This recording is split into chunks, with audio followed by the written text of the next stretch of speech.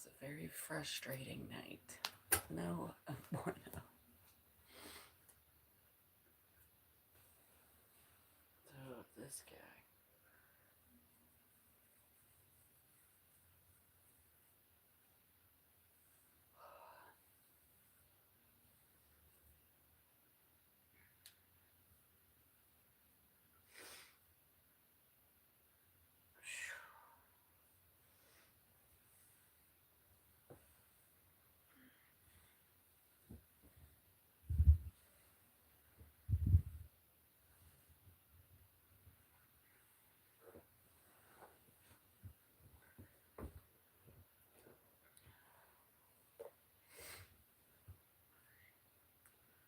Oh, I gotta go get yourself a drink.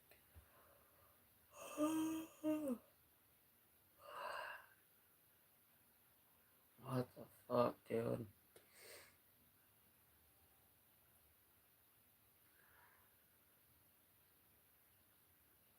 I swear. Most inconsiderate shit I have ever experienced. Like, well, not really, but. Oh, hello, there she is.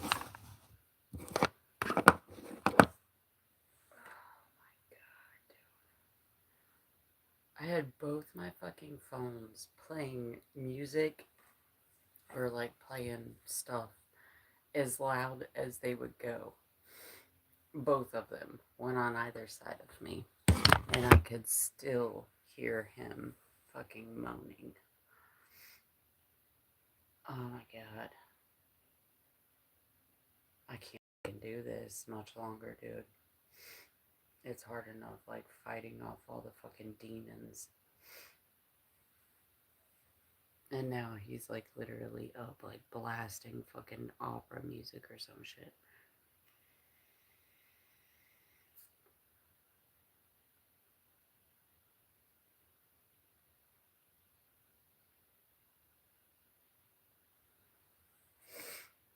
Nope.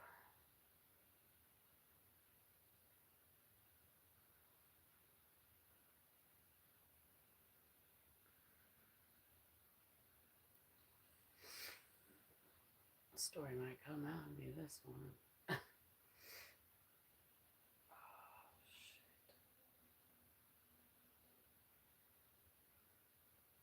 I think I'm gonna start. Well, first of all, I think I'm gonna talk to him and ask him if I can pitch a fucking tent in the yard. Or sleep downstairs or something. I can't fucking do this, dude. It's too much.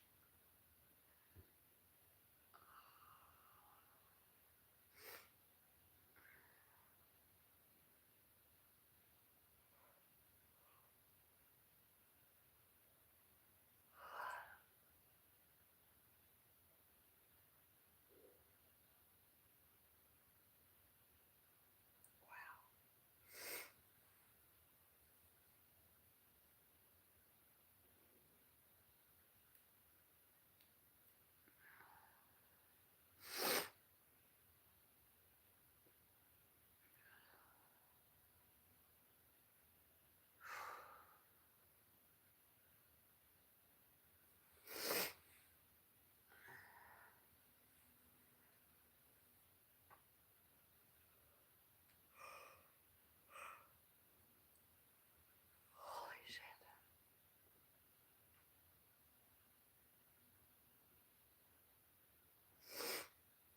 What is it, Tuesday?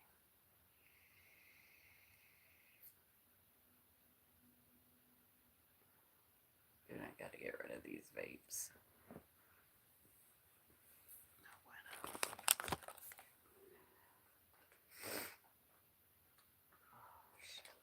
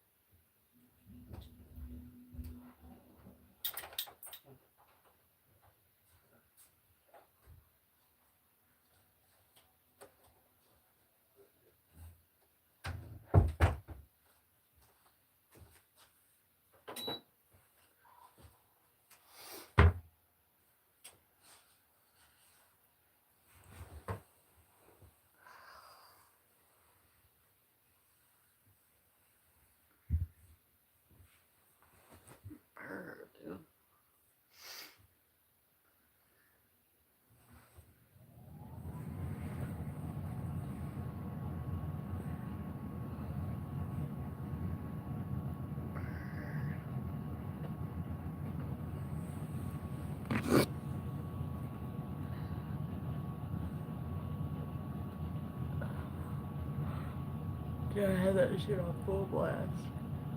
What did I get? 5 hours. Probably had that shit on full blast for like an hour before I fell asleep.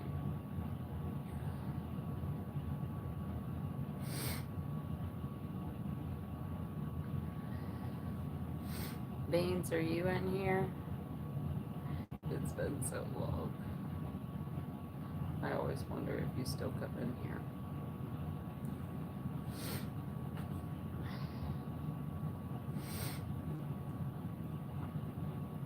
Well, hello, Mr. Candy Bars. Yes, it did. Dude, it was a rough fucking night.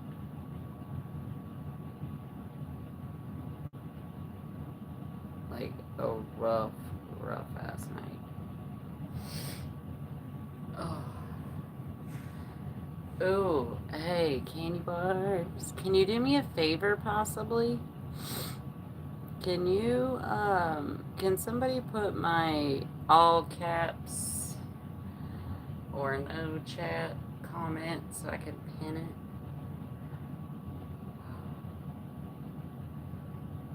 Holy shit, my back is so messed up right now. Oh my god.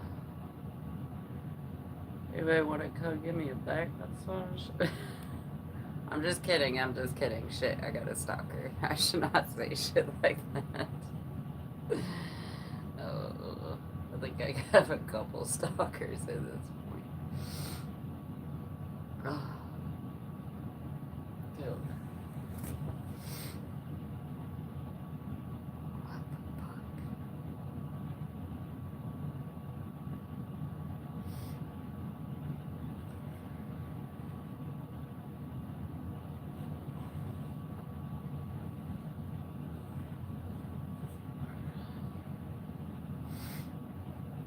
Oh, yay. Thank you so much. Thank you. Thank you. Y'all, I just woke up, so no judgment. No judgments.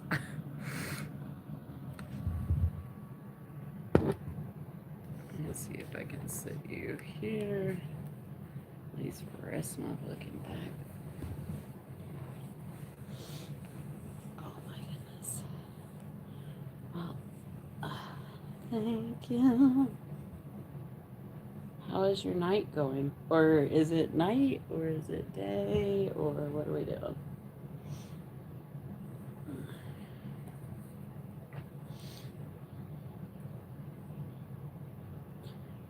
15. Oh. Forgot this phone's messenger.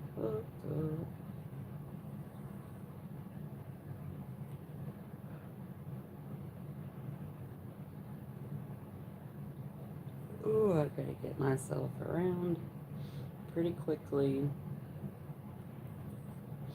just gonna start working downstairs.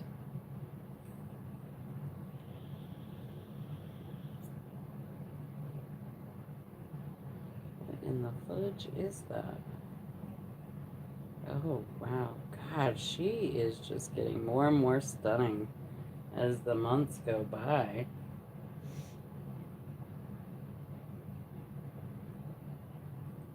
Like, what the heck, Jadina? What are you doing?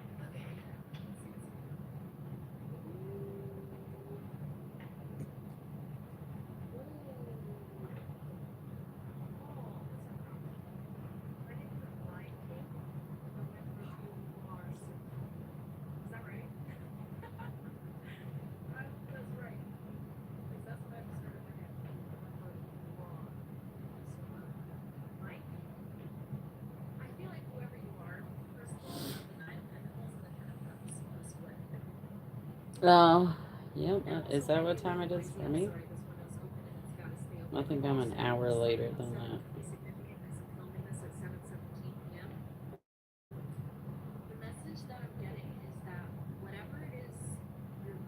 Yep, 4:31 here.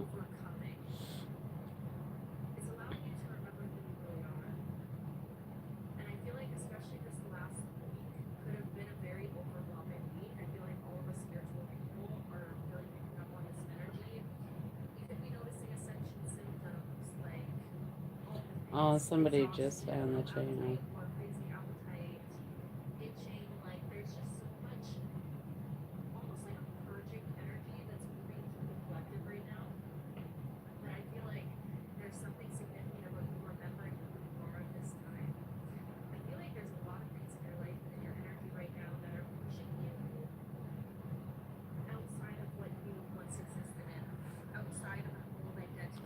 That's a fact. Facts.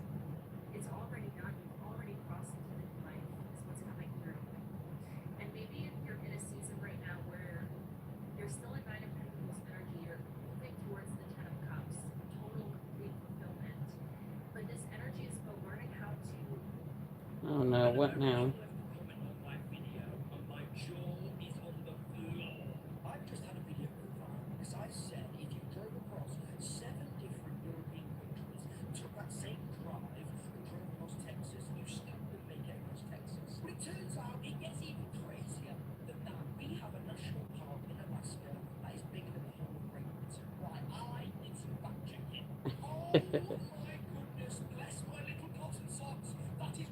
Bless my little cotton sock.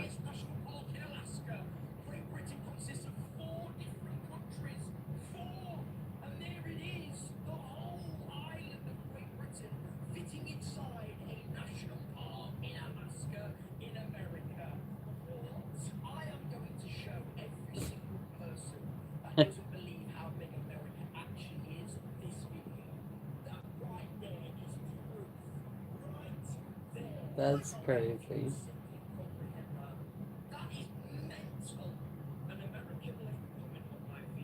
That's funny.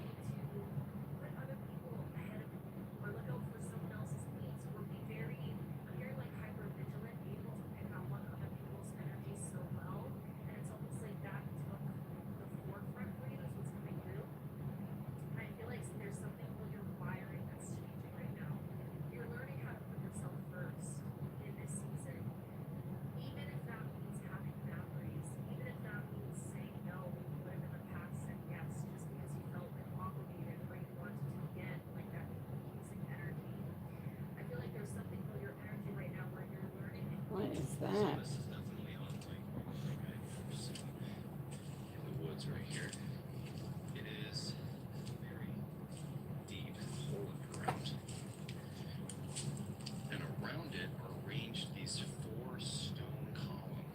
What in the hell?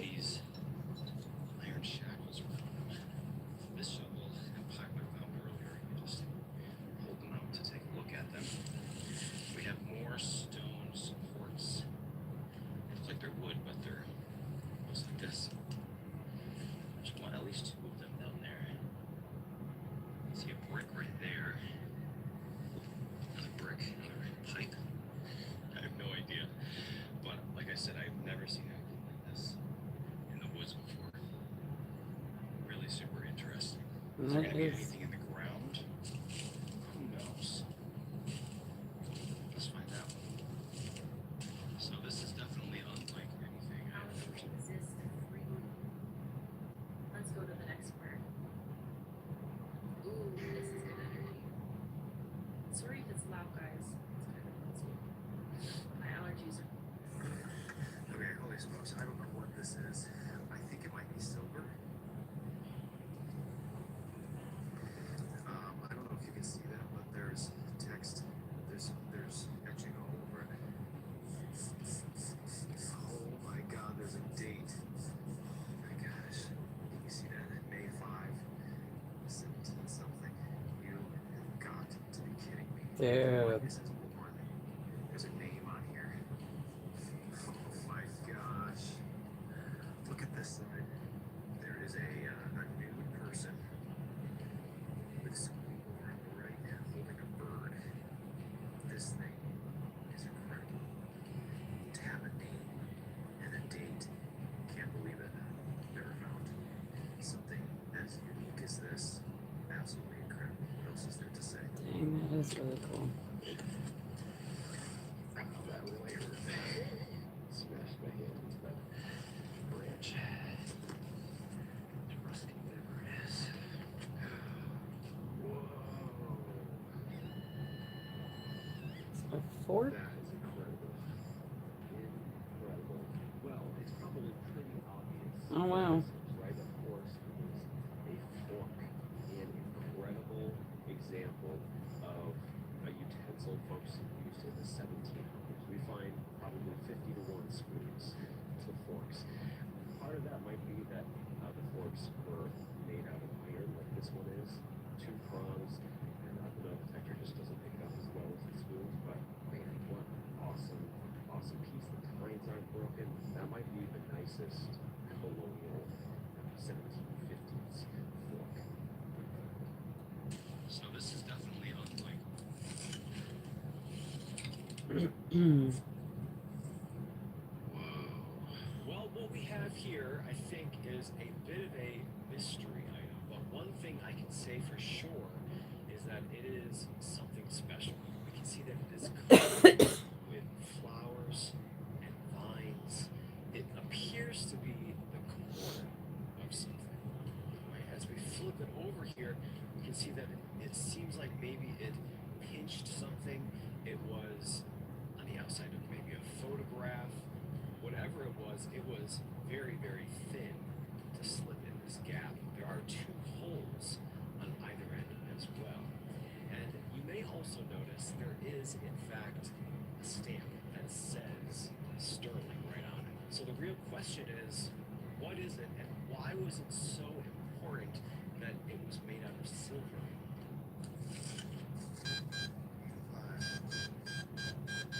But if that isn't, I'm going to call it. Calling it is always bad luck. But if that isn't a coin or something big and brass, I'll be very surprised. I think that's what it is. See this right here? Let's get that loose in the frame.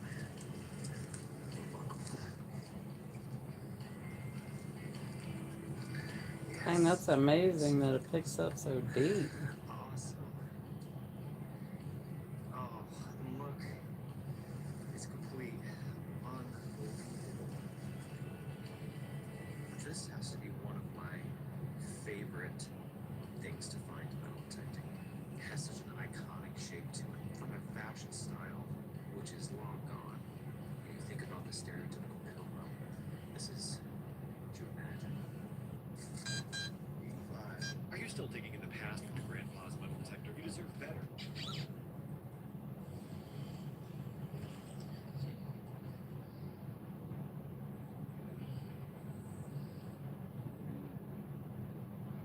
Now this is, for me at least, absolutely incredible finds.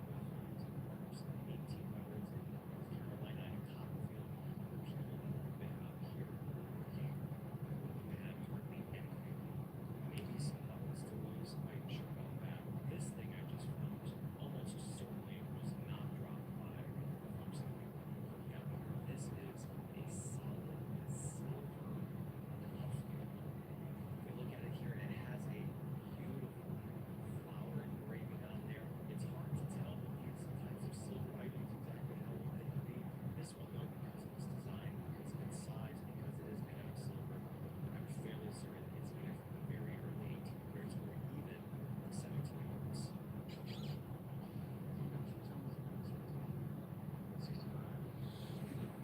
Oh snap! Hi, my bad, my bad. Good morning, Grand Rising.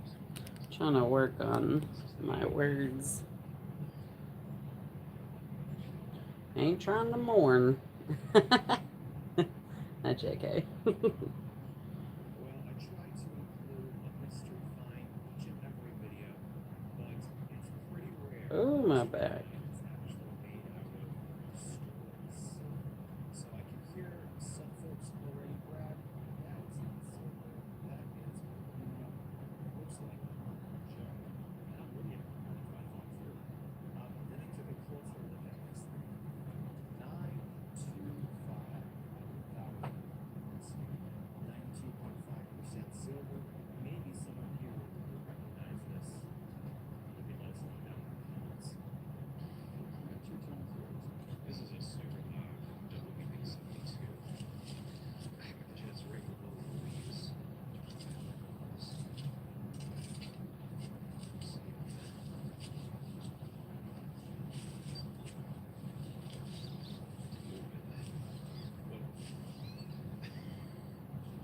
Unbelievable.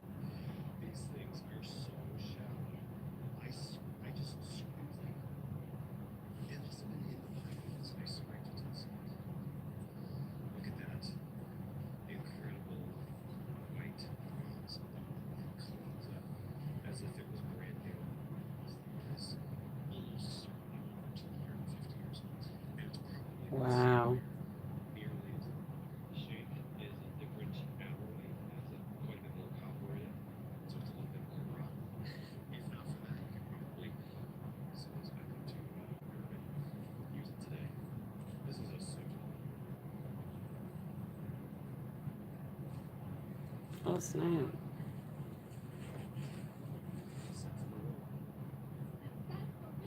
So it has been probably about 10 minutes since I got out of bed looking at my phone because it very clearly says sarsaparilla, but we have both grown up saying sarsaparilla. And we have this very strange disconnect thinking, have you been wrong your whole life or is it a different thing? Well, no, apparently that's just how you pronounce this word, sarsaparilla. I guess I've never seen it written out before. We actually found a label for this particular medicine product because it's funny what it Sarsaparilla. was meant to do to a ill person. Most importantly, it cured bad Blood fevers. purifier. Just an absolute cure from Belfast, Maine. Awesome. Dude, that is cool. No way. Oh my gosh. Unbelievable. Another buckle. Wow. This is, of course, a colonial shoe buckle. Men and women would wear these on their shoes, just like the stereotypical pilgrim fashion that you can imagine. This one has a really aggressive curve to it. It is a nice, solid brass material. Unfortunately, the chain may be broken on the inside. I see it. Looks like a big old coin. Yeah. Man,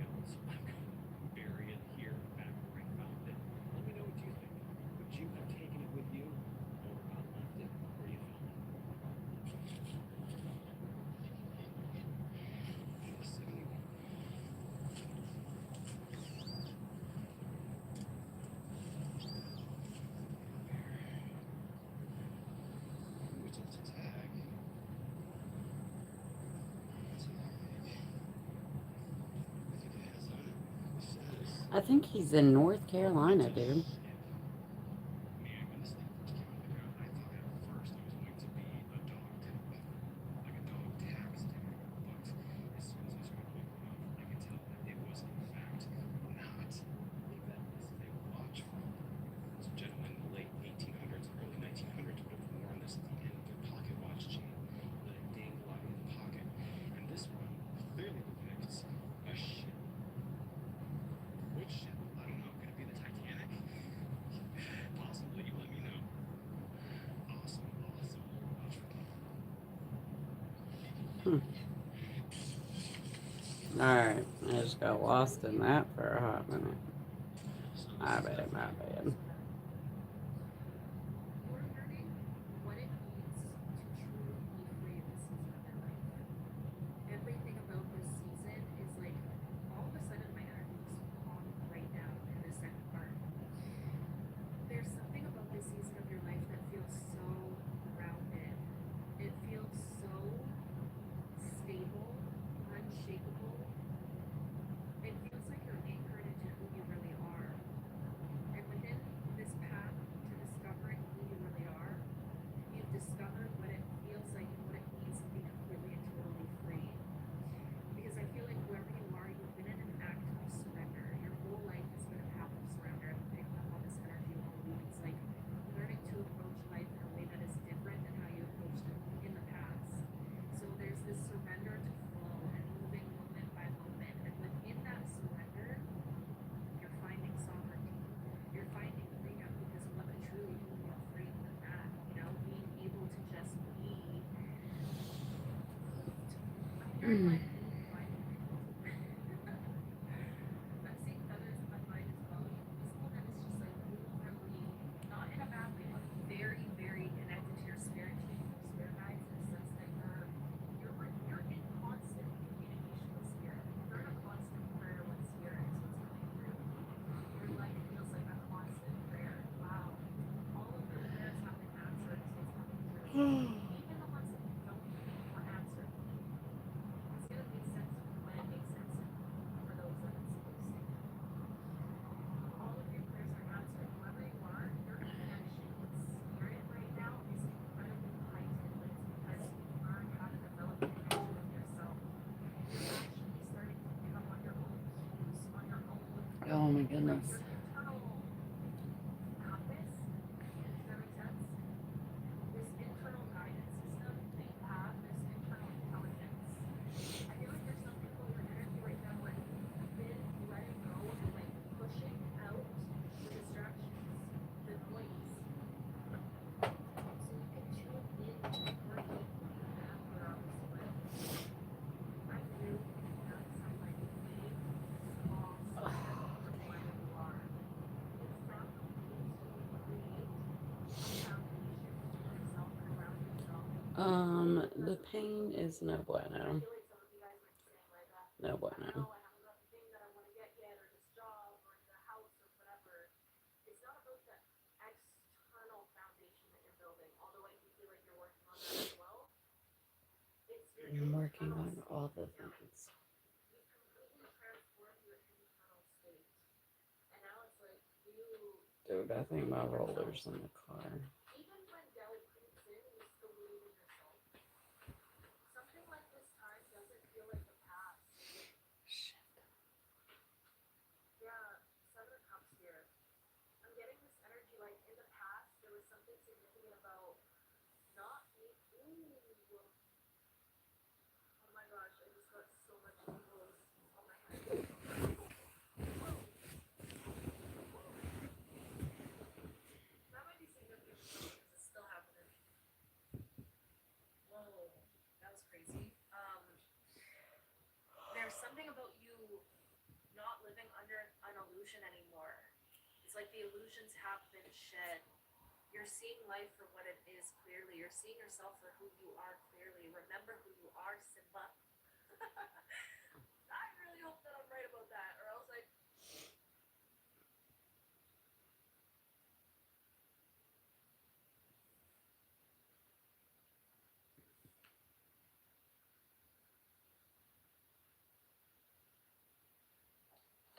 Come on a stroll with me to see a gnome hollow. I'm here in the old growth coastal redwoods. I always feel like taking my hat off. It's like being in church. That is I met stunning. this mama a few years ago. Had my measuring tape with me today. I thought we'd see how big she is. Just perfect little arrangements everywhere you turn. So pretty. I'm gonna want to go to the redwoods so bad. Hollows.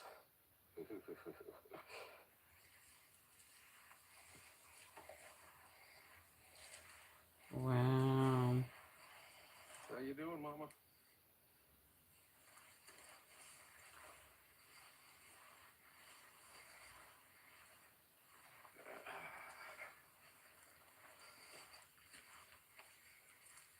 I like to call these sheltering trees, especially on our drizzly days. It's a great place to pop in for a little shelter from the storm. That's Come so in, she said, I'll cool. give you shelter from the storm. Anybody home? Oh my god, look how small he is compared to it. Oh my god. And everything changes. That's incredible.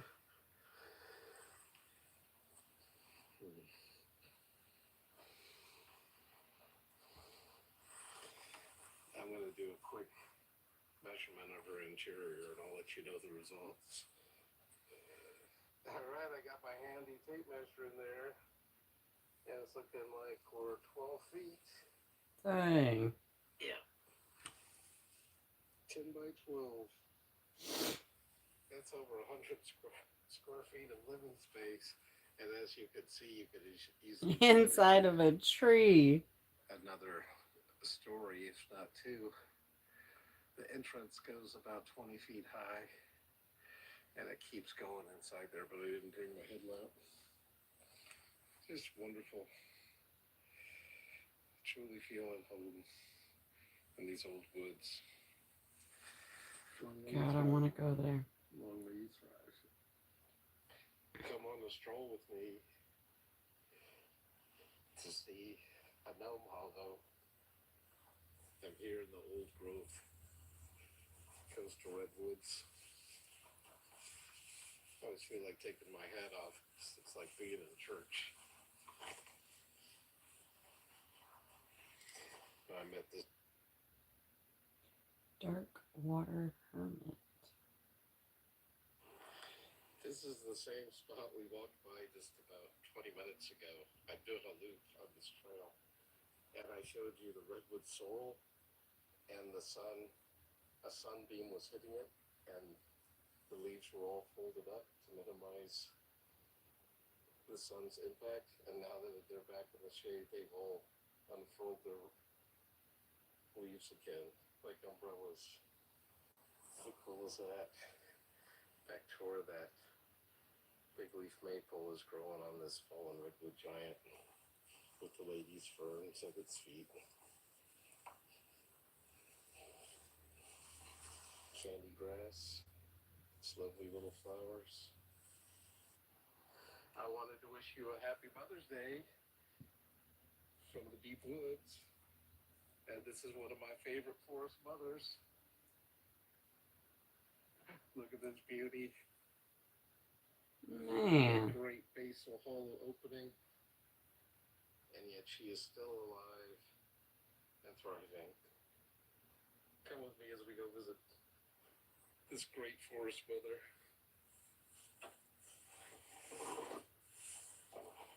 How you doing? Inside a tree. Dude. Wonderful place to be. So happy Mother's Day from our forest mother to you and yours. And may we honor those who came before us. Oh my god. And hope Dude, those this guy's skippers so start on the way. awesome. And maybe we too look Be out my for them grandpa. in their latter years. Oh yeah, sleep ain't gonna be happening. I'm up for Happy, the happy. day. I wanted to wish you a happy Mother's Day. Not many trees in the Mm. world can grow. Yeah, sleeping ain't happening, dude. This motherfucker is making sure of that. Like your mama. I'm standing in a I grove didn't mean it. I of shouldn't have said it like that. so that I'm you just succeed. very frustrated. It was a rough It's a night. really fine example of inosculation. And that's just a fancy word for fuse together. And whether this started off as two individual redwood Oh my trees god, look at that them. eventually fused together, They're or not Siamese just at the twins. base, look at that, way up high in the trunks, we have them fused together. And from the canopy above and branches, I've actually seen redwoods with their interior branches crossed, where it was like a ladder going up, and that they had actually grown into each other. Most That's likely, amazing. this is one of the special ones. Of course, they're all special, but this is currently in the top 5 tallest trees in the world. What? And that you're just standing there? There's not a whole bunch of people? What? Feet, I believe. How? There are very few trees that exceed 370. I mean, there's very few that exceed 350, and half of them live here in this park.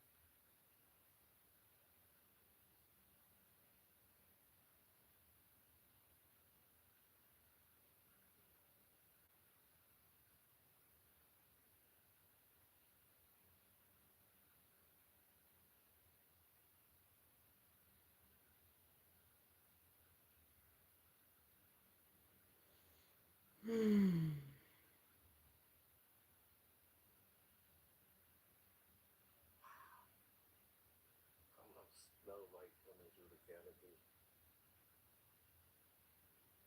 We have the sword ferns and redwood sorrel. Top 5 tallest What a trees. magnificent. Check out this big leaf maple that's growing out of this pulp. Dude, I need to go I see just my got back from tree. a road trip to Southern California and its beautiful deserts and beaches. But I'm back in my beloved coastal redwoods. And while I was gone, I was delighted to find my subscribers almost doubled. I've got thousands of new subscribers while I was away, and I realized a lot of you may not understand what this channel is about or what I'm about. So I thought I'd give you a little intro. Um, I go by Darkwater Hermit. My actual name is Fred, which means peaceful. My middle name's Duel, which means conflict. And my last name is Blackburn, which is Scots Irish and means out of dark waters or deep waters. And so my moniker is Darkwater Hermit because I do live a bit of a hermit lifestyle. But I'm never lonely. Look at all my friends. That's awesome. They're just not human friends, although I have those too. You don't know, although I have I'm those a too. professor of philosophy and religion for over 30 years. Oh, I wow. call myself a perspective junkie. I love learning how other people see the world, whether it's their ethnicity, their gender, their religion, their philosophies of life. And now I'm using that same skill set to try to get the perspective of my tree friends. Like, what must it be like to be planted and live in the same place for centuries, some of them millennia? And there's a real calming and purposefulness of that to me. And this is one of my favorite hazel hollows.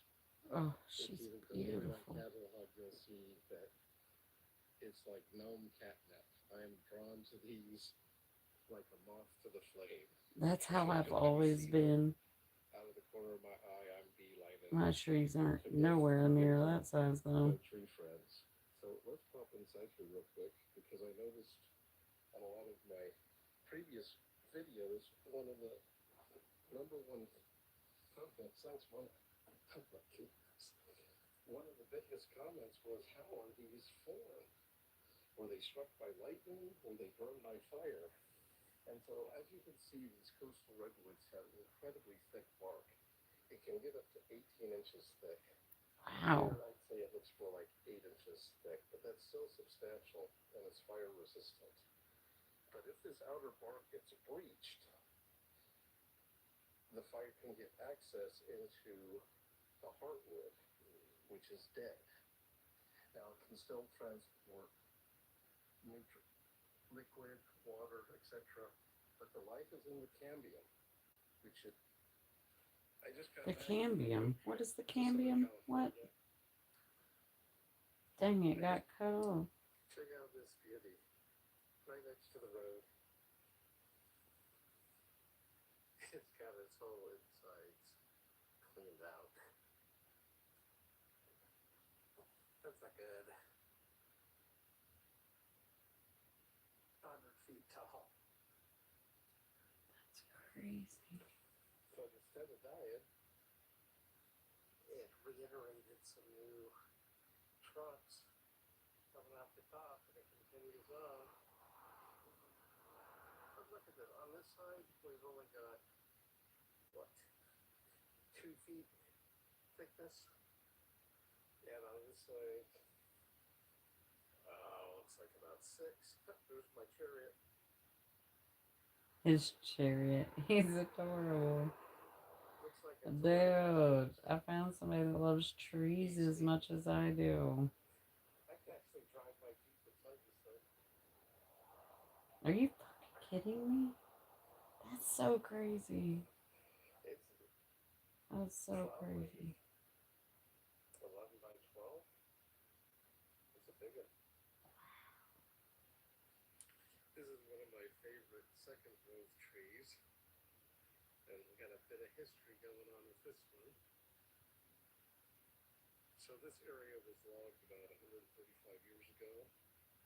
And you can see the notch marks. Oh where they my would put in God. springboards. And they would be almost like a scaffolding. And then the loggers would stand up on those boards and saw. And you can tell this is pre-power tools. Oh But out my of this God. we have its clones or fairies growing. And man, this was an old, big old tree.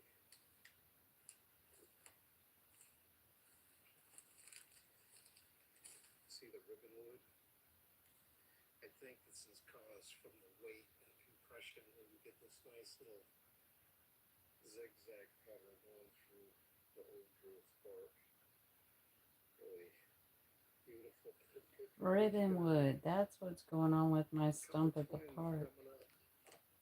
I need to go. Yeah, we could call them resurrection trees or hydra trees. Ooh. Cut them down. They'll grow multiple trunks to replace the ones that were cut. Absolutely love your channel, dude. Like, so much. This is fantastic. I could get lost in videos about. Oh, Trillium. Oh, I want to go find some Trillium. It is out right now. I know a yard where there's a shit ton. It's intoxicating and small. Our triple trinities.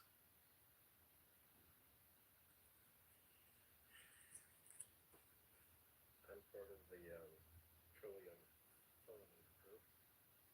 Gnomes are a big part of trillium pollination.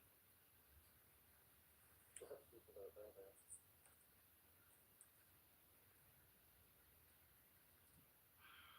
Wait, what? Was he joking? Or...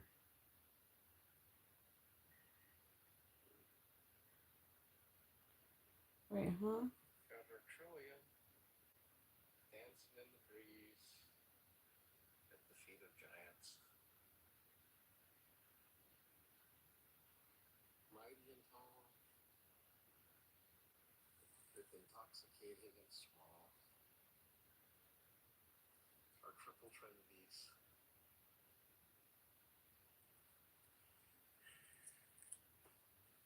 I'm part of the trillium pollinate group. Gnomes are a big part of trillium pollination. I hope you check out this redwood. This is actually a root. Oh my god. It has sprouted off of a fallen. Oh my god. That is a fucking root of a tree. These coastal redwoods. How have I not seen these yet in my life, dude? I'm in the same freaking country. That don't make sense. Like she's got massive burrows. Oh. Cascading down off this beastie. God is my favorite landscape artist. Just little wonders on every ledge and perch. Everyone gets a ring. Fantastical shapes of beasties.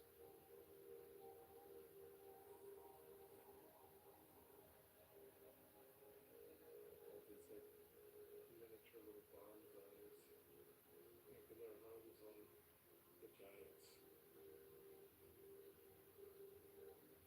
Check out this rhododendron going at the base of this Beyonce tree. Look at the curves. Oh,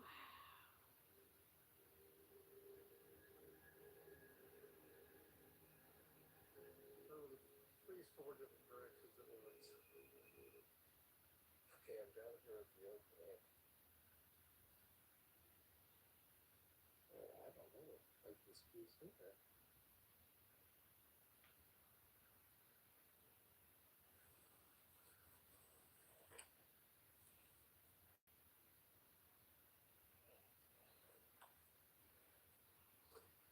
I really want to go in there, but it's so narrow, I don't know if I'd be able to get out. A true Venus stone trap. Yeah, I think my belly's fatter than the hole. But it goes back in there, dude. I just want to take Yo. 4748. What? Happy birthday to you. You have to remind me tomorrow so I can sing to you. That's my amazing singing voice. Yo, I just discovered a really cool YouTube guy. these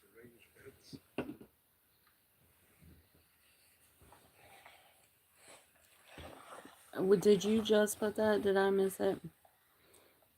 I hope everybody's day is so wonderful. Lotus? Oh, what? B? What are you doing? I didn't even realize, my bad. Dude, I can't sleep. This guy, like, literally 3-story inside of trees. Like 100 square foot of inside of a tree. Like, why are we not living in it? I want to go live in this tree. And our lady farms. Those might be wood farms. Oh, There's some lady ferns down there. I need to go out west. Just little I need to go brown see these forests. everywhere you turn. Oh, pardon me. My bad. 100% coastal redwood groves. So thankful. Did you already go? I just want Hope to you take have a you out good day. to a magical fern grotto. There are lovely wood ferns. Our deer ferns. Deer ferns and rabbit ferns. Redwood swirl. Wait, what kind are those? Look at these arrangements. Dude, they got a lot of cool ferns out there. Like, even their ferns are massive.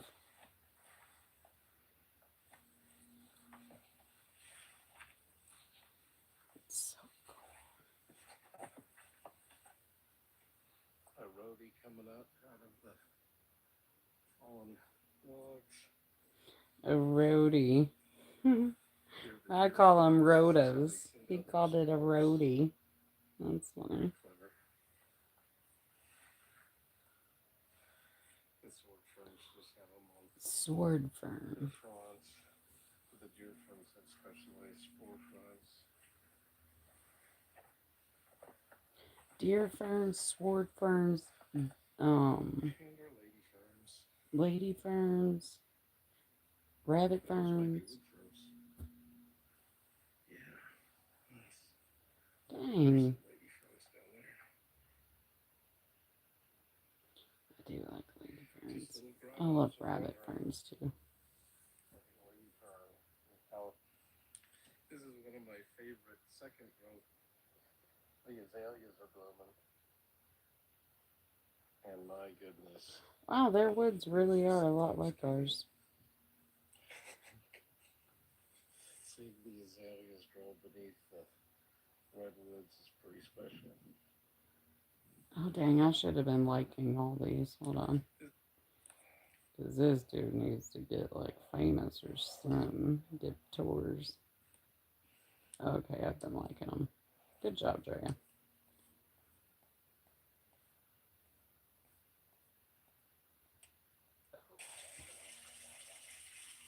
What? What is this? I want to go. How is there water in the tree? Or what is happening? Where are you?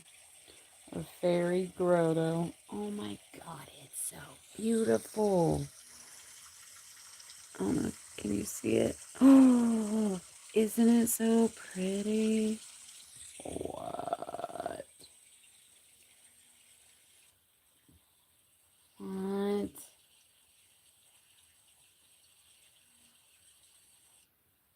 This is one of my favorite sheltering trees. What? I just found my new home. Oh, yeah, mama. Oh my god, hey mama. Oh my gosh. She's so magnificent. Oh. 4 or 5 feet below the earth. Oh my god. Y'all gotta go check out Dark Water Hermit. Providing shelter from the storm. Shelter from the storm.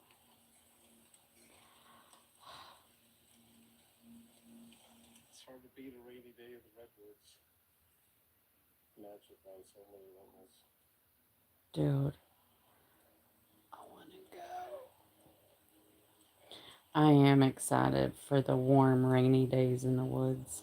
I'm gonna do a lot of that this summer.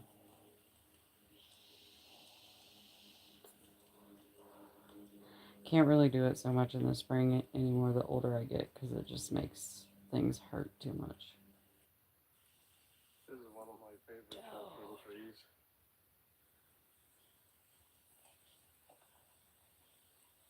Oh, yeah, mama.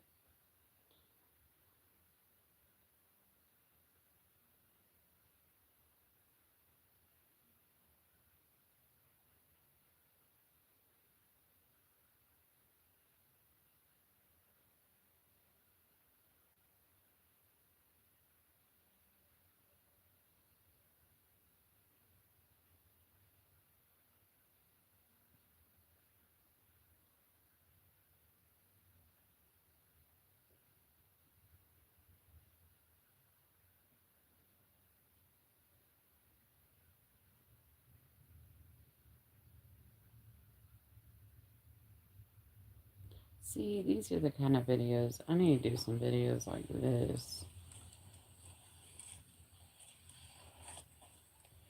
Isn't she a beauty? Look at that.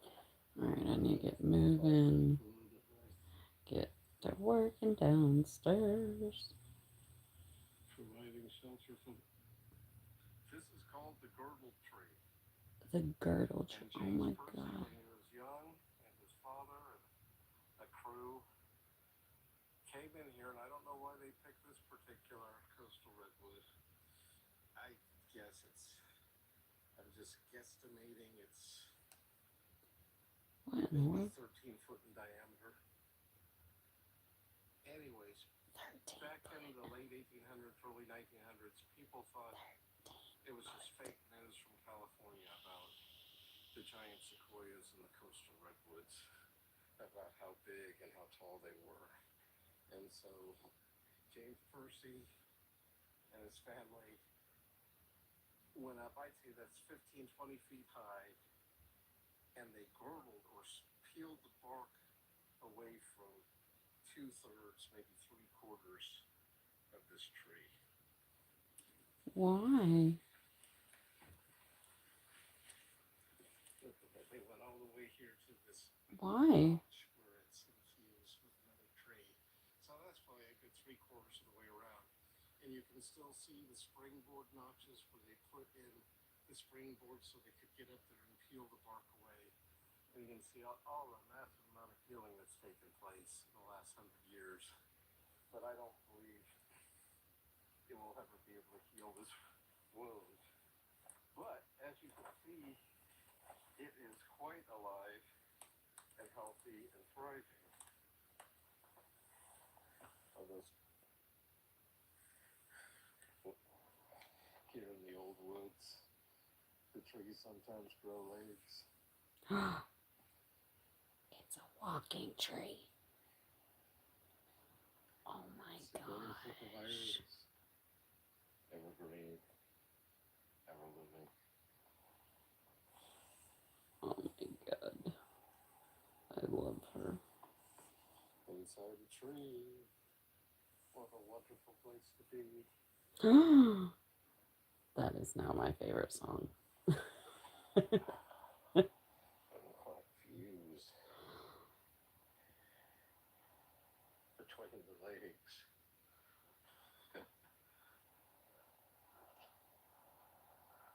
Yes. That's incredible. Emerging. Does he have videos? He does.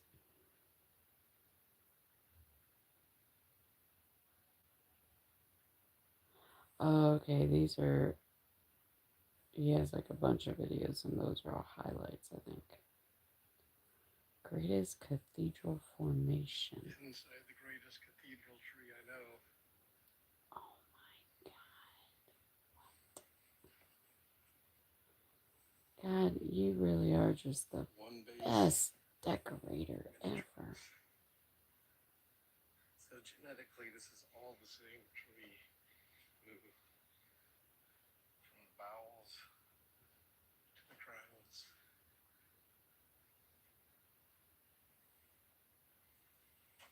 That is incredible. Was it like 6 trunks? Or more? Central mother who has passed but lives on through her fairies.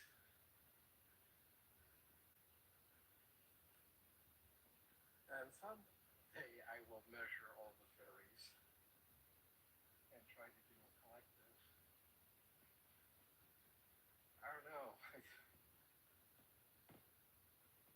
We have the Sequoia dendron giganteums, the giant sequoias that are the largest single trunk tree. But I think if you combined all these fairies together, it would rival the Sequoia dendron giganteums. But then these are Sequoia sempervirens, coast redwoods. Look at this inner sanctum. It's where they keep the relics. But then if we started Dude, comparing photo that's groups, so fucking cool. Condo, the Aspen Grove would win easily, I think, since it covers multiple acres. But this. Hang on. Welcome to day 3. I rappelled down hundreds of 21 days straight in the canyons of Utah. I discovered ancient cities no one has seen in 1,000 years.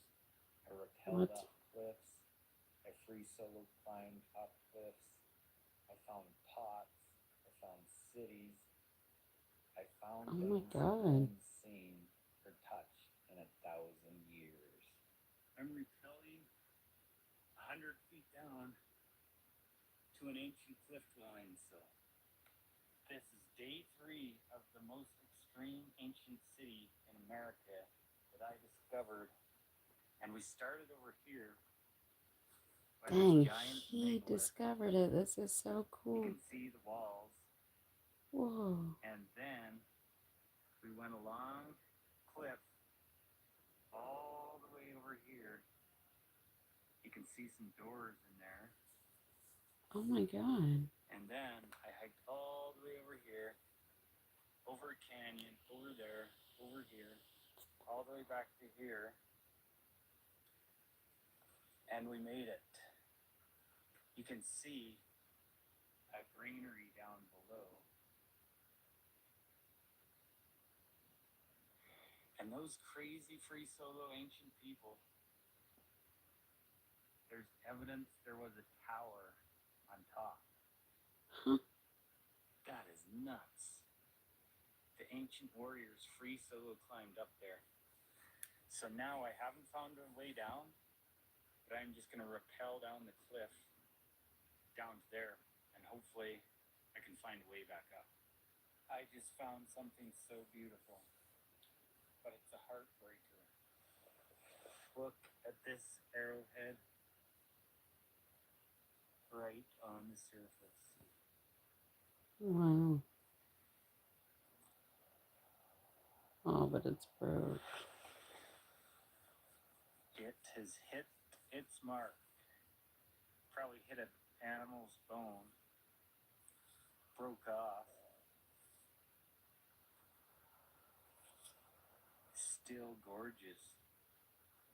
That could be 10 to 1,000 years old. Another strange thing, I've never seen so many with holes. Let me blow that out. Ah, didn't blow out. But that one has a hole. This one has a hole. What in the world? Something tells me they had these on a string.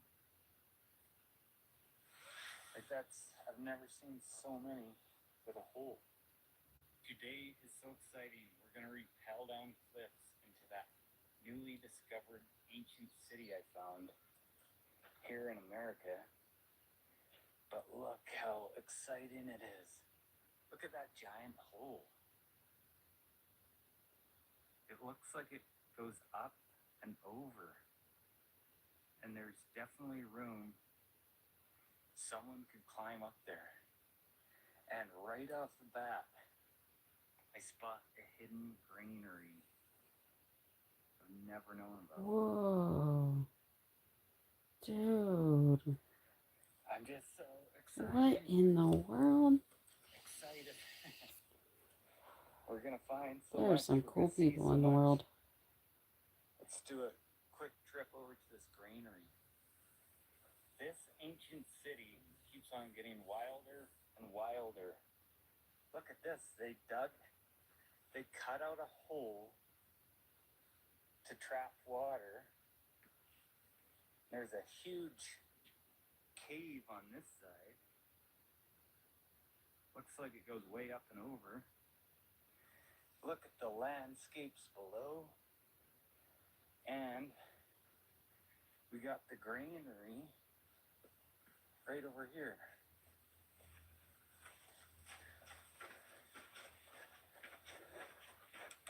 What a wild place. Why does he call it a greenery? I've never heard that Look term. at this. Whoa. Whoa. It's a whole What? cave system. Holy. What? It's all filled with rat poop now, but it went way that way. Whoa. This could have been a whole dwelling back here. That is so crazy.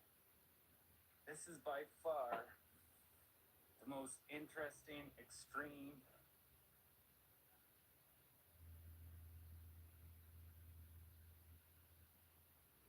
Are you gonna actually go in any of these or just keep zooming in on them? In here, so hopefully this $20 pays off. All right, here goes. Here goes nothing.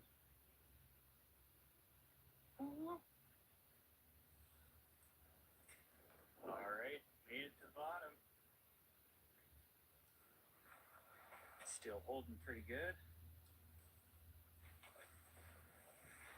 You're That's gonna. the trick. What, that Get on my tree climbing is your gear. only support? I did not Hopefully know about Team U that. is good enough. Wish me luck, guys. Teeny? Someone help me quick, caffeine. I drink a lot of coffee and Red Bull. Someone give me ideas on how to quit. That's the only thing I'm addicted to. I feel It's you. caffeine. That's my I tell problem. myself it's not bad. That's the only thing I'm addicted to. Oh my god, dude is rappelling off the cliff. And his rope is tied to a fucking tree limb. That's one thing I don't know. I don't know if I could do that. Whew. Shit looks so scary. I mean, I've jumped out of a fucking airplane, but rappelling off a cliff seems too much. All right, guys, we survived. I just rappelled 100 feet down, and now we're gonna rappel one more time to the ancient cliff dwelling. If you haven't hit, and another ancient kiva here. Look at all those logs and the bark. That is 100% a collapsed kiva. And then this, who knows what's in there? So this is cool. I came to the other side. There's another hidden granary deep under there. Oh, is he saying granary? So we have so much to see. If I can just find a way down. Yeah, like you. Are you ever gonna actually. This is wild. So the last time people were doing this was probably a good 1,000 years ago. So I gotta find a way to friction climb. Oh, there we go. Friction climbing is fun. Scrape your body. I think that is it, guys. This is the pathway That shit to is the cool. ancient city.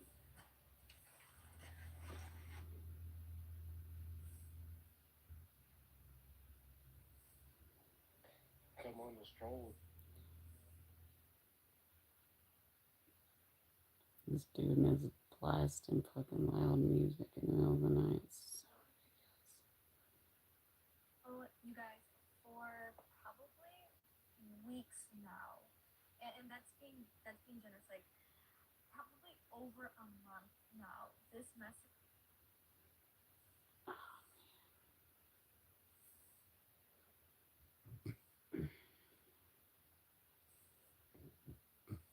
Excuse me very much.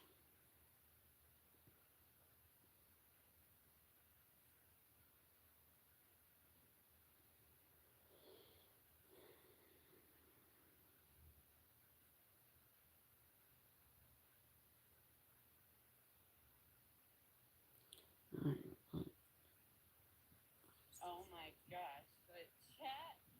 Oh, we got some really, really good news. Oh my goodness.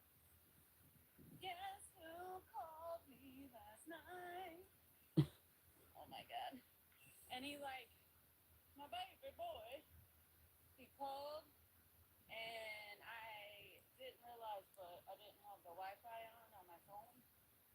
So like, it wouldn't, I couldn't hear him or Dreya whatever, walking and then backwards. whatever, I tried hurry and turn Wi-Fi on and like, get it, working.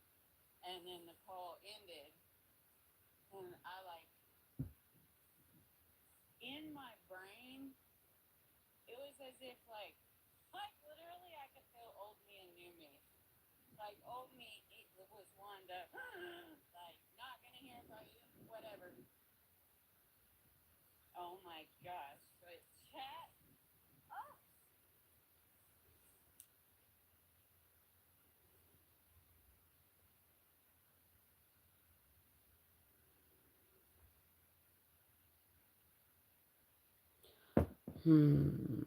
Alright, let's be smart about what we name this one.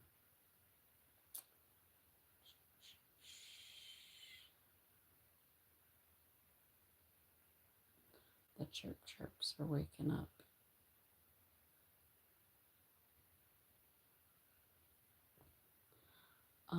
What can I name it? Yep, I'm gonna have to catch her so we can get out of here because he's about to start his fucking moaning shit again.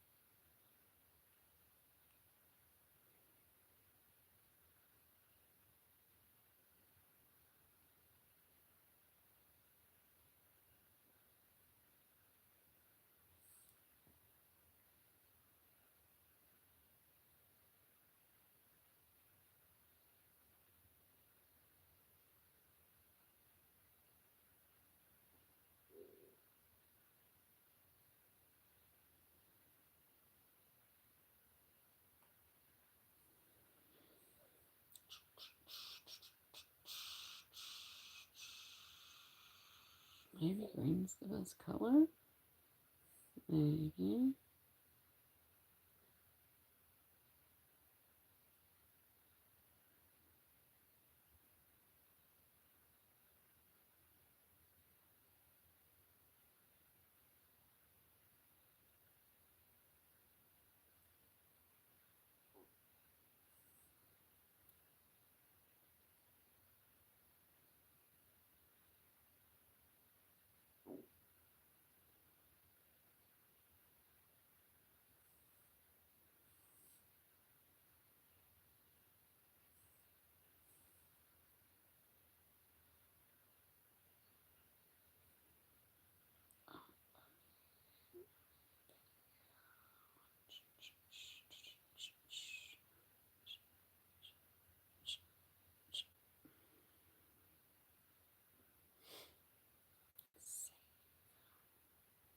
Save those edited details. Oh my gosh, but chat.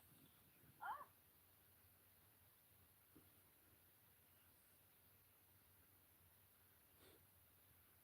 She sure does love him so much.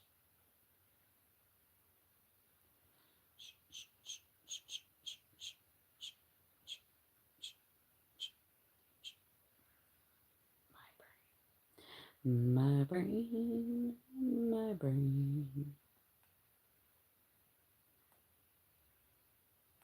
Damn, I guess YouTube's just making them public now if they're not copyrighted. Which is nice. Saves me some work. 1.11 subscribers. What? Who even would have thought? Not me, that's for sure. Sure would not have.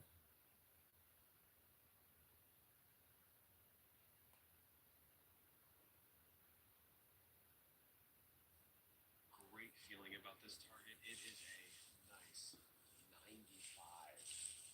There's a big cliff up here in front of me. I mean, doesn't really make any sense for something to be right here, but let's see what it is. Well, That looks like an old coin.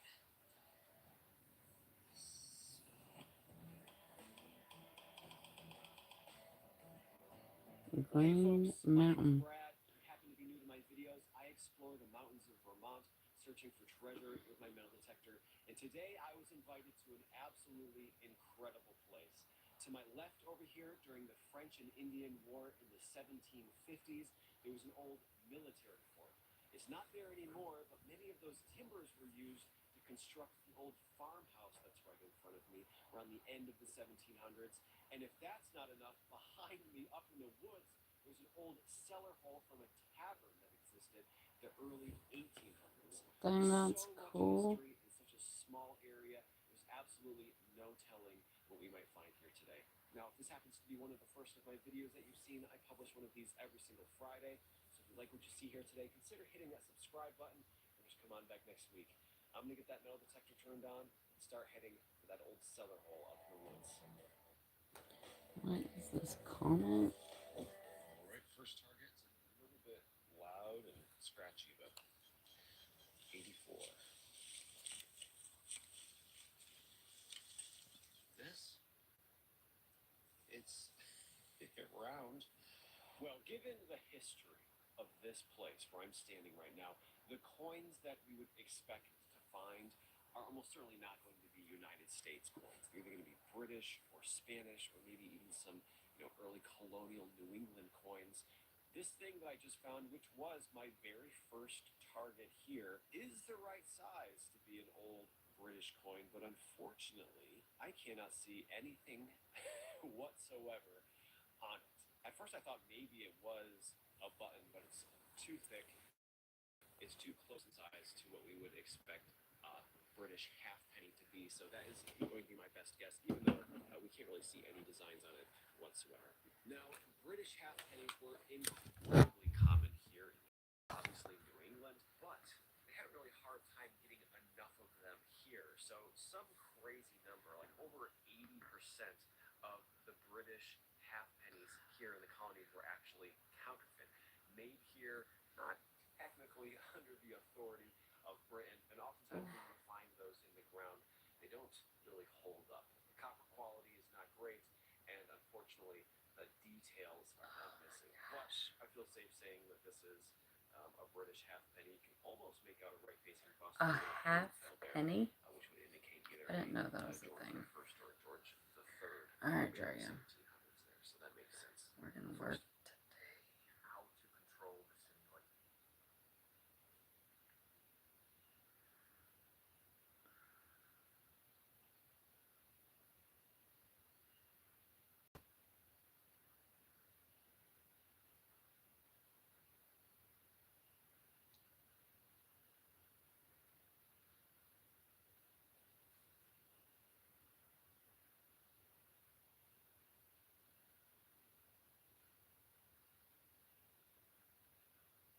Thought I would share an update on the video I posted the other day with the lady coming up to me in the grocery store parking lot while I was buckling my kids and trying to give me the $5. I'm back in the parking lot where it happened. It happened at Herman's. I just got off the phone with the police. I submitted the full police report. I literally was like, do you want me to go to Herman's and get the footage of when it happened? And they were like, no, we'll do it. If you're in Utah, this is like, I feel like a safe grocery store. I've never felt snitched out before, but it did happen. The video went super viral. Truly, I made that video as like a PSA to moms to be careful because moms are literally the most targeted, especially when you're buckling your kids in your car seats. That's when you're the most vulnerable. There were a lot of comments on the video saying the $5 bill was probably laced with fentanyl and drugs. Sat down with my dad for an hour last night and we did so much research on this, how likely it was that there were drugs on that dollar bill. There isn't a lot of evidence that that has actually happened. It kind of says that's like an urban legend. But then we took my story of what happened to me with the lady approaching me with the $5 bill. It said that is one of the most common scenarios for child abduction. And it doesn't have to do with money being laced with fentanyl that like knocks you out, but more so someone coming up to your car,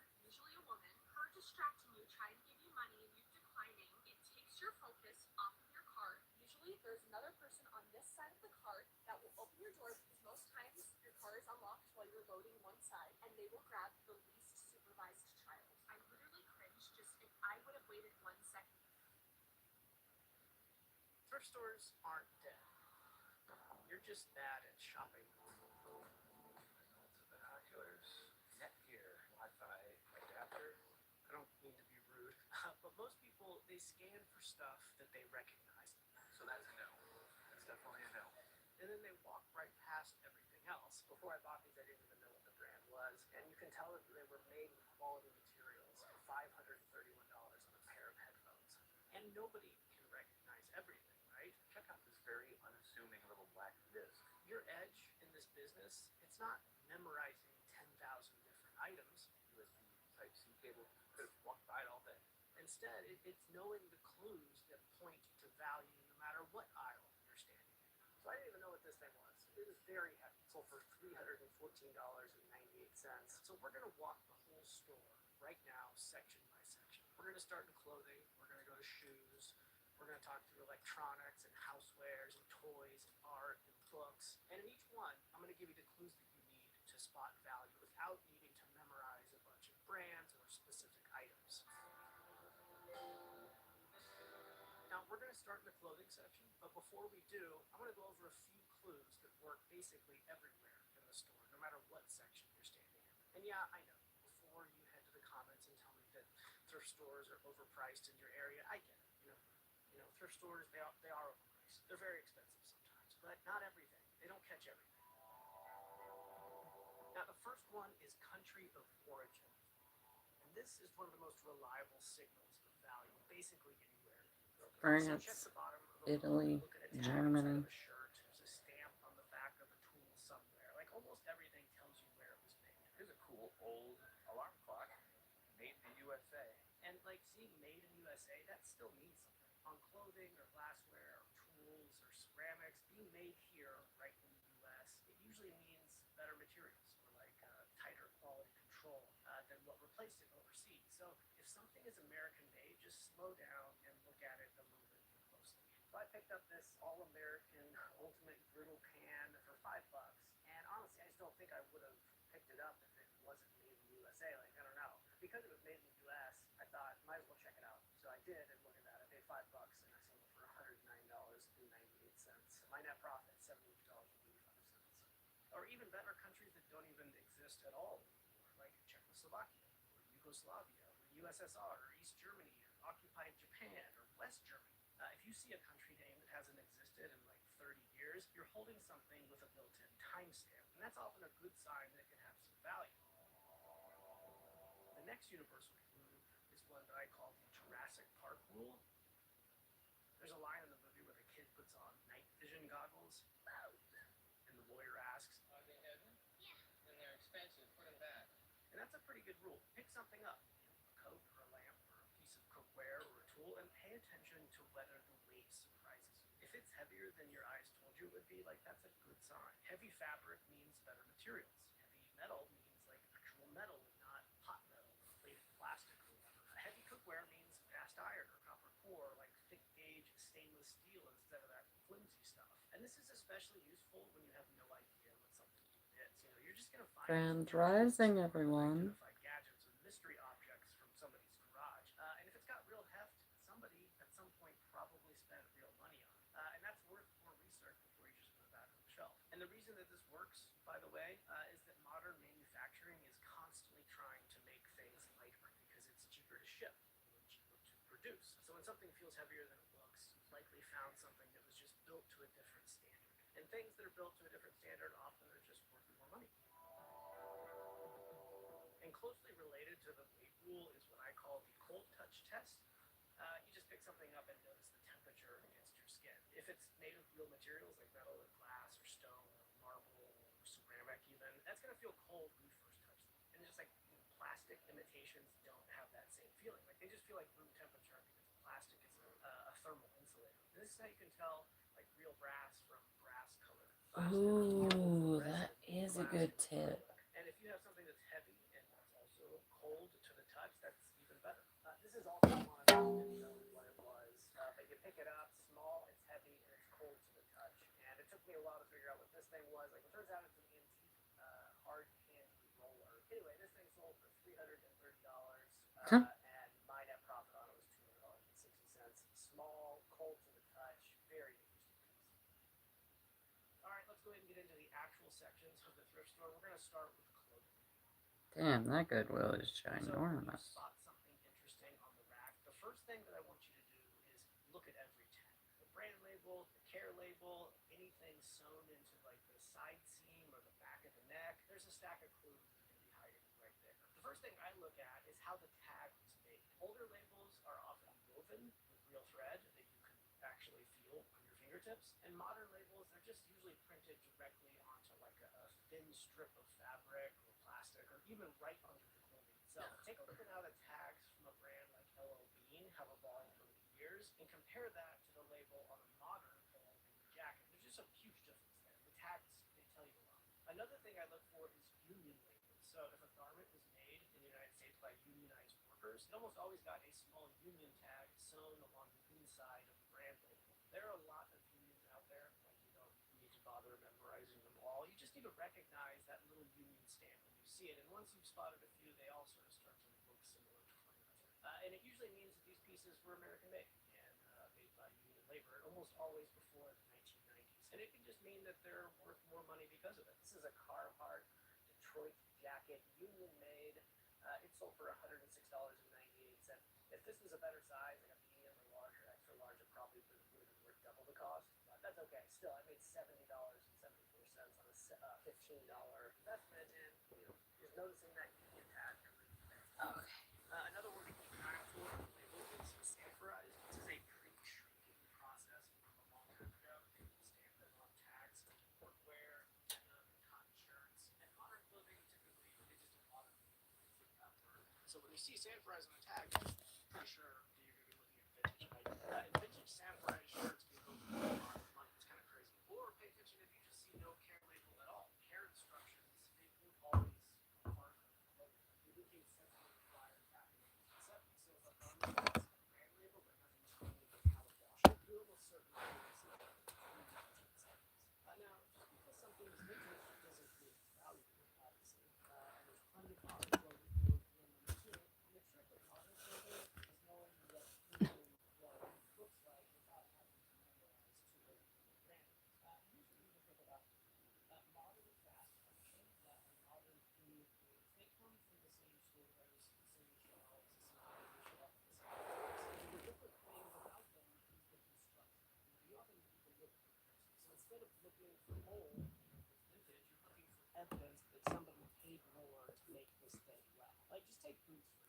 we're going to talk about shoes here in a minute. We have a whole section category on them. But just really quick, like take boots, like flip them over and look at where the sole is up.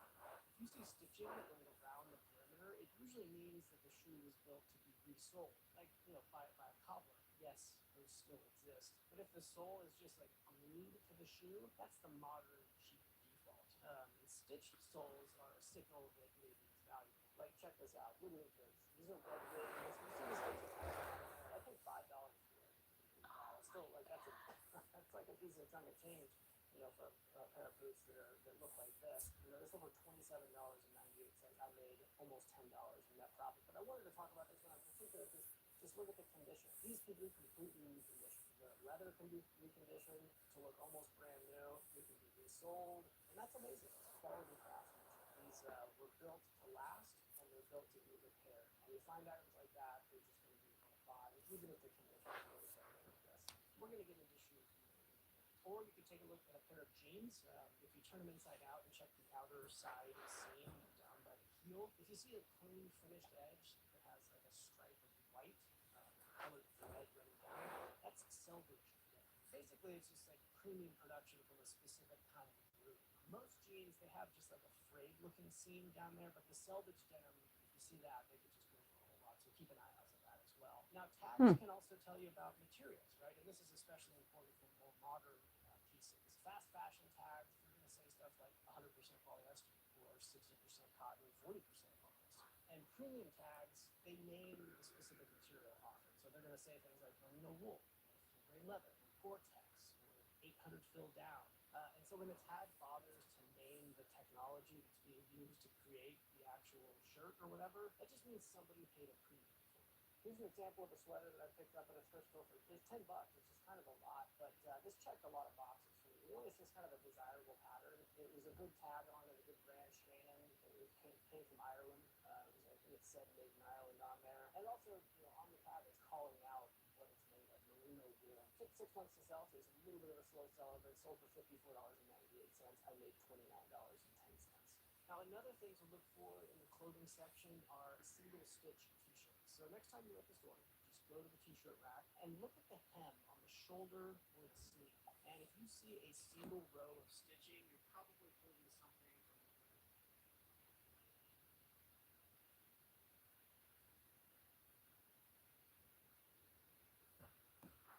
90s or earlier. If you see double rows of stitching, those became like more industry standard in the mid 1990s when manufacturing got faster and cheaper. And single stitch alone, like it doesn't mean the shirt is definitely valuable. And double stitch t-shirts, they can have value as well. You just want to think of this as like a sorting tool. So when I see a single stitch t-shirt, I just slow down and look a little bit closer to see if it might be desirable. And check this out. This is a vintage Sub Pop. Sub Pop's an old company on Amazon and lots of other very well-known bands. You know, because I noticed that this was single stitch, it made me pause and think like, okay, what is this? This might be a little bit more interesting than if it was just a regular shirt that said loser on it. And you know, it turns out that it was just a very, very desirable shirt. It sold for $456.99. It took 9 minutes to sell. I remember it sold to Tyler. My net profit on it, $382.35. This single stitch vintage Sub Pop t-shirt. The last thing I checked on a piece of clothing is the hardware. So that's like the zippers, or buttons, or snaps, or rivets. A lot of the older pieces, they have a brand that's stamped right into the metal piece of the zipper, like the tab. And you're going to see names like Talon or Stovall.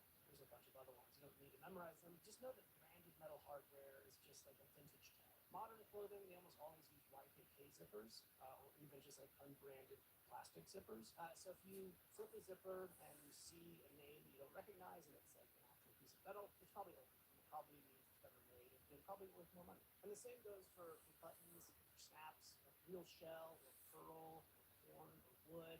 Those almost always point to an older or higher quality piece. And like the classic example here is like the pearl snaps on a Western shirt.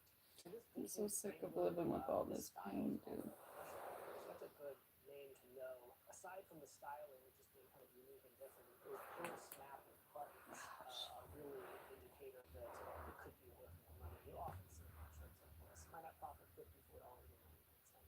Now there are some modern heritage brands like Wilson or Howler Brothers that use these sort of like classic construction techniques purpose. So these clues, they don't always mean vintage. Sometimes they mean it's like a current production but at a higher quality. Either way, you probably found something that's worth a closer look. Okay, let's go ahead and head over to shoes now.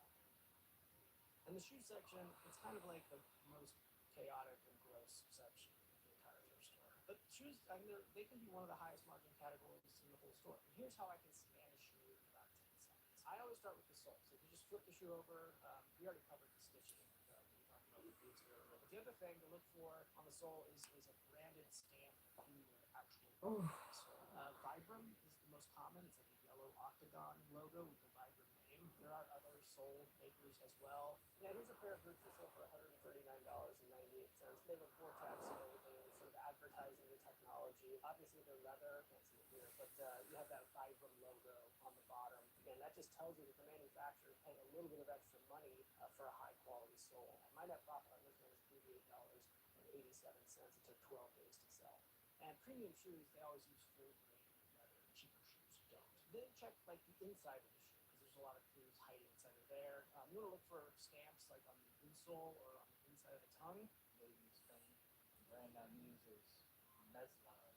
Quality shoemakers, they're going to stamp their name in there, the country of origin, sometimes a model number or something like that. Like usually it's like made in Italy, made in England, made in USA, made in Japan. Any of those you see on leather shoes is definitely a green flag. Oh, Now, she sneakers still got are it. an entirely different game. I'm not a sneakerhead. I don't know everything about them. And the construction tells from earlier, like, those still apply. But the sneakers, they just construction. It doesn't tell you the difference between the $50 shoes and All right, $5. let me. And the premium is more in the model, the edition, which I'm just going to grab a sweatshirt so we can go say good morning to the chirp chirps.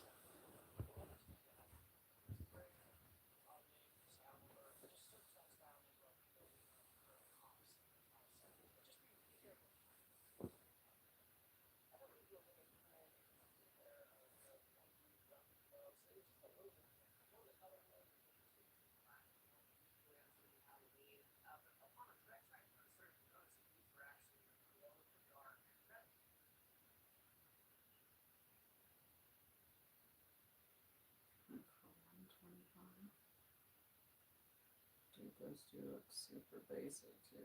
That's crazy. Interesting. It was. I sold them for $125. My net profit was $70.55. One last thing on shoes, though, before we move on. The wear patterns are weirdly informative sometimes. So quality shoes just age more gracefully than cheap shoes. Like the leather is going to crease more beautifully. And cheap shoes, they're just going to like fall apart structurally.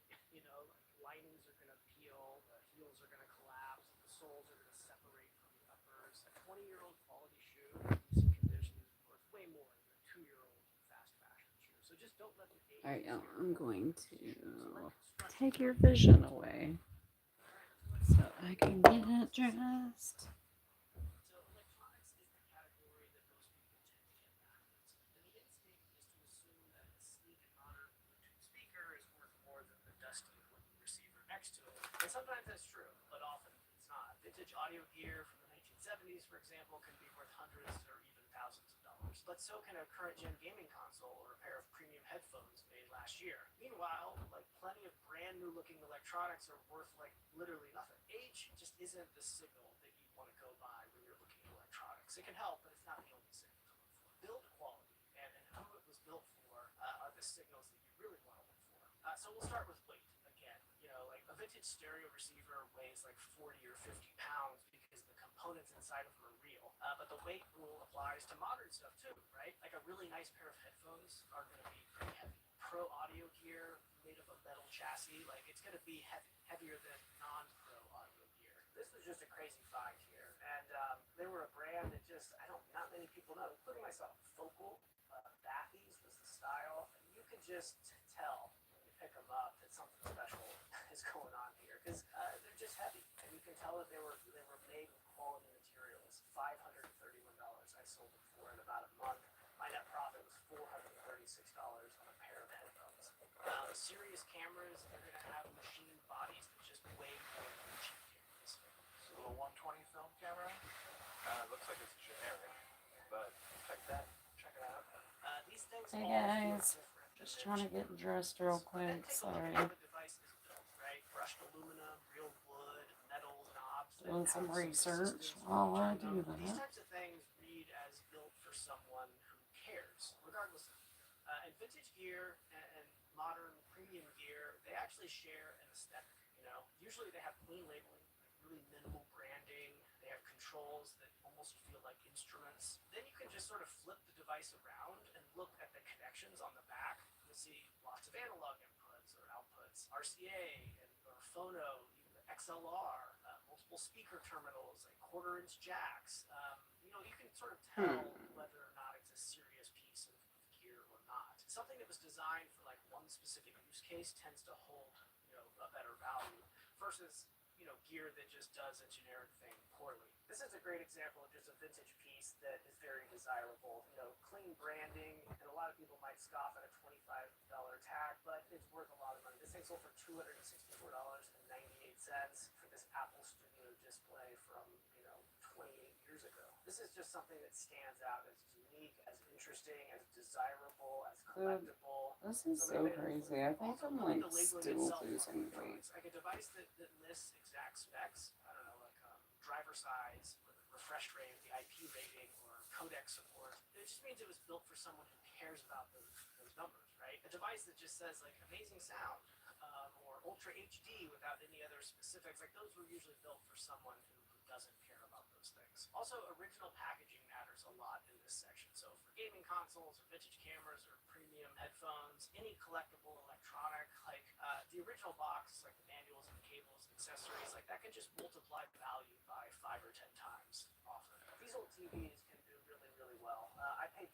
this one, but look at this, it's brand new in the box. And this is a beat up kind of old looking box. And it's over $299. Like I paid $20 and the net profit was $223.53. And one last thing on electronics, like don't automatically pass on broken electronics. A non-working vintage receiver might still be worth $100 in parts. A current gen gaming console with like a known repairable issue might still be worth real money to somebody who knows how to fix them. I'm not even sure what this is. Still today, it's a LGB jumbo transformer power pack. I don't know. I couldn't test it. I didn't even know how to test it. So I ended up selling it for parts, and it still sold for $114.99. I paid $20. Sometimes it doesn't even matter. If it's not working, you can often just sell it for decent money. Quality electronics, whether they're vintage or current, they often retain value even when they don't work, or they could just be parted out. All right, now let's head over to housewares, which is another good section of the store I'd like to visit. And this one also is like it's basically everything that isn't furniture or electronics or clothing. And you'll see things like cookware, kitchen tools, mugs, kitchen gadgets, lamps, weird stuff that nobody knows what to do with, and most of it is in Now the category that I always start with here is cookware, just like pots and pans. I think this is one of the highest value categories in the houseware section. It's just one that I always keep an eye out for cast iron pans, usually one Beerware. I found so much of that. I had almost a whole set, but this dude has ruined them all. Wait, what?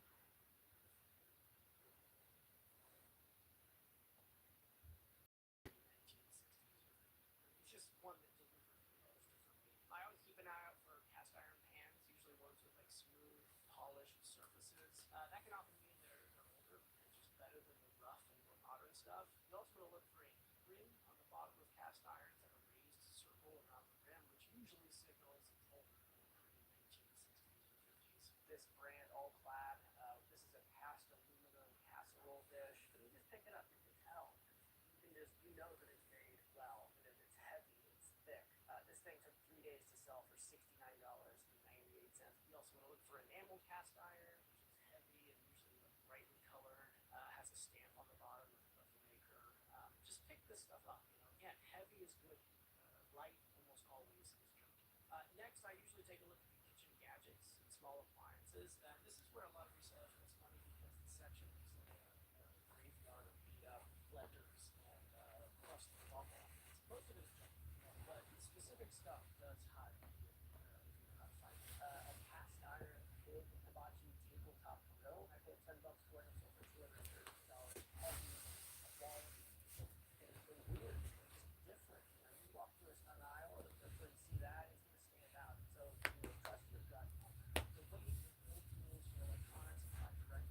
Dan, the trash dudes are here.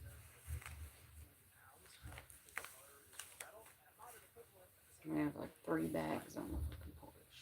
Things like high-end blenders, espresso machines, food processors, coffee makers, hand mixers, they can all hold thousands of even if they don't move. And that last part is so hard, right? Because even when you do it broken, you can often make more money putting it out than just selling it as a piece. So that's like glass blender features, or stand mixer attachments, or espresso machine port filters, or food processor attachments. The owners of these machines are constantly hunting for replacement parts, so there's nowhere else to go. Today, I buy food processors and things like this all day long. And I don't even bother testing them. If they work, great, I'll sell the whole unit. And if they don't work, I'll make more money by just parting it out like I did this. This is just one piece of it. I probably got 8 pieces off the whole unit. It sold for $49.98. My net profit was $30.57. Now, I want to talk about coffee mugs for a minute. I love coffee mugs, but I'll be honest, they're not a great section to source from. Even the good ones usually aren't worth all that much money, and the volume of pure junk you have to wade through to find the good ones is enormous. But every once in a while, you do find a dime. I mean, I like buying coffee mugs. I don't know. This one was one of the best ones I've ever found. Not the best, but one of the best. This is an FBI building. I mean,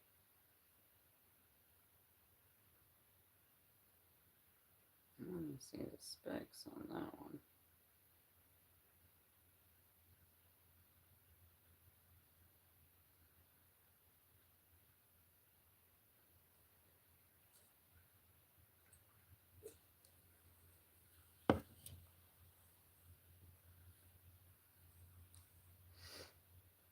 It's a Starbucks. $160 for a Starbucks coffee cup, like a regular mug. That's crazy.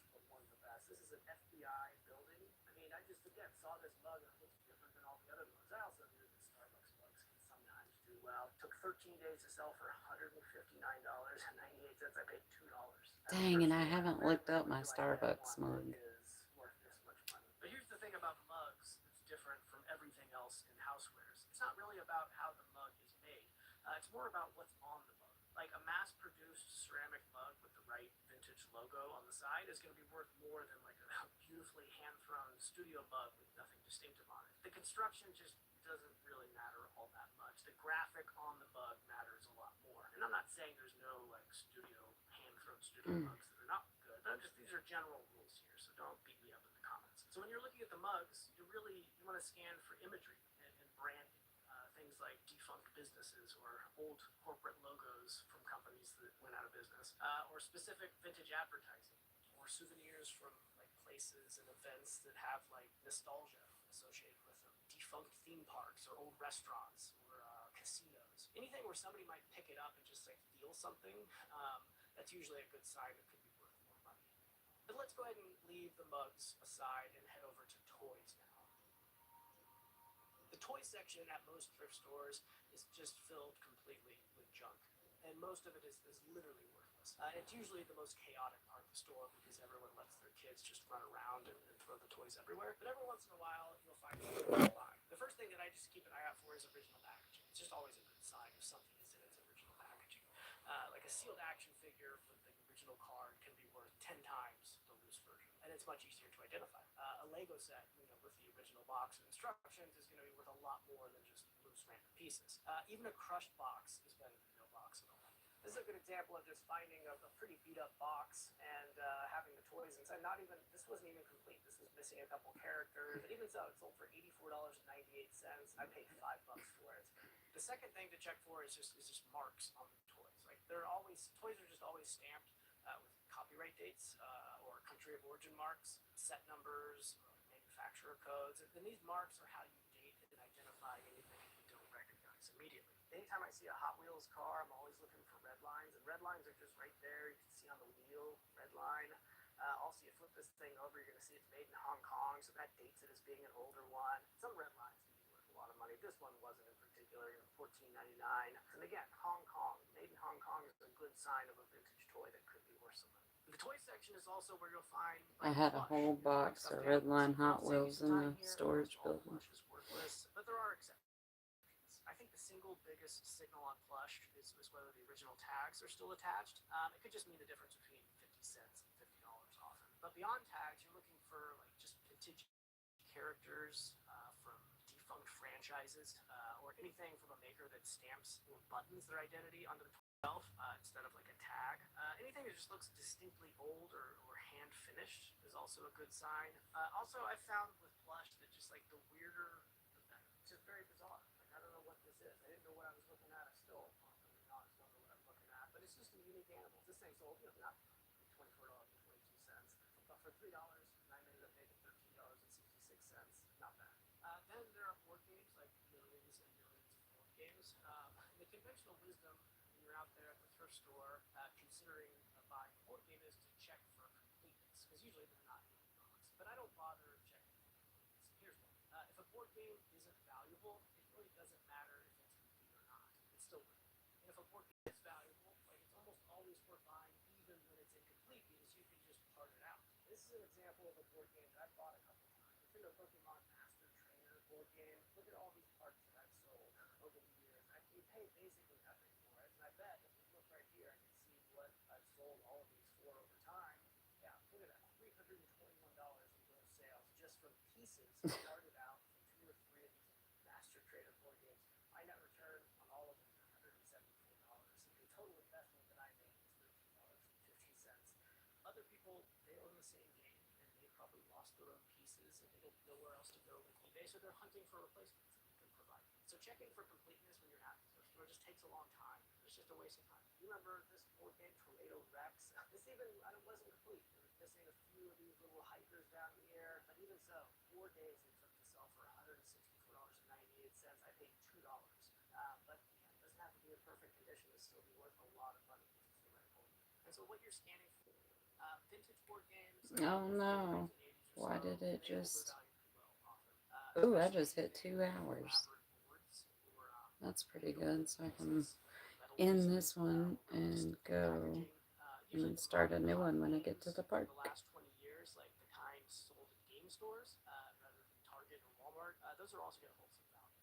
They're easy to spot once you know how they look. They just have a distinctive look to them. Like they're usually heavier than mass market games. They're usually like illustrated rather than having a photograph on the front. They're often like fantasy or like strategy themed. You want to keep an eye out for heavy illustrated, weird looking games for adults. Like that's, I don't know, that's kind of my rule. Those are usually where the value is. And beyond plush and board games, there's also just the random mix of toys in general. You basically want to keep an eye out for anything that doesn't look like modern plastic. Tin toys made of tin, pressed steel, wooden toys, painted metal, anything with like hand finished details, something made with real materials that have like real weight.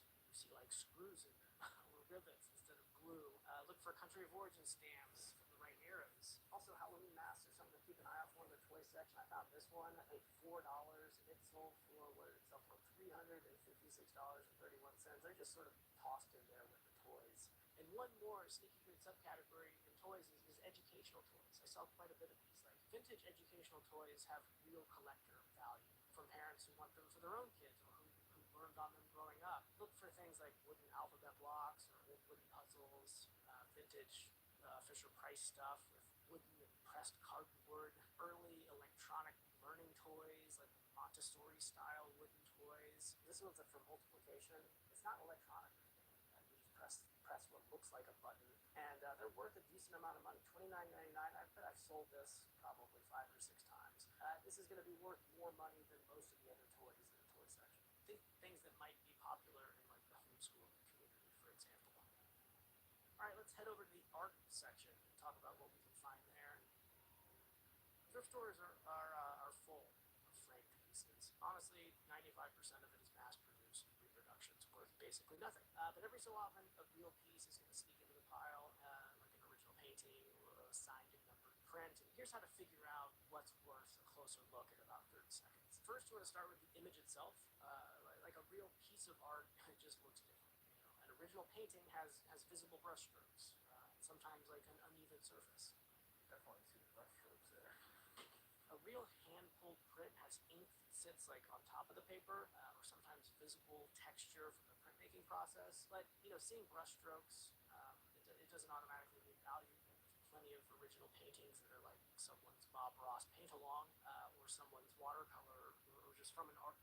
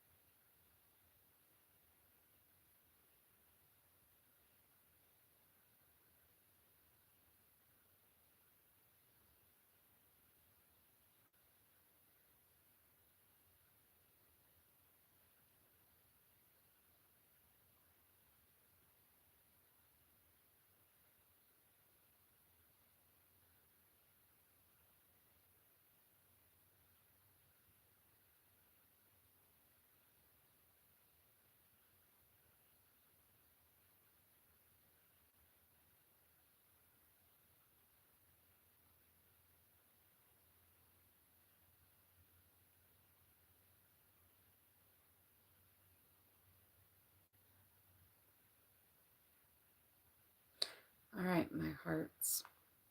I'm going to go wash my face, brush my teeth, and make me a smoothie real quick, and then head to the park. And I think my stream's fucked up, so um, I will start a new one when I get to town.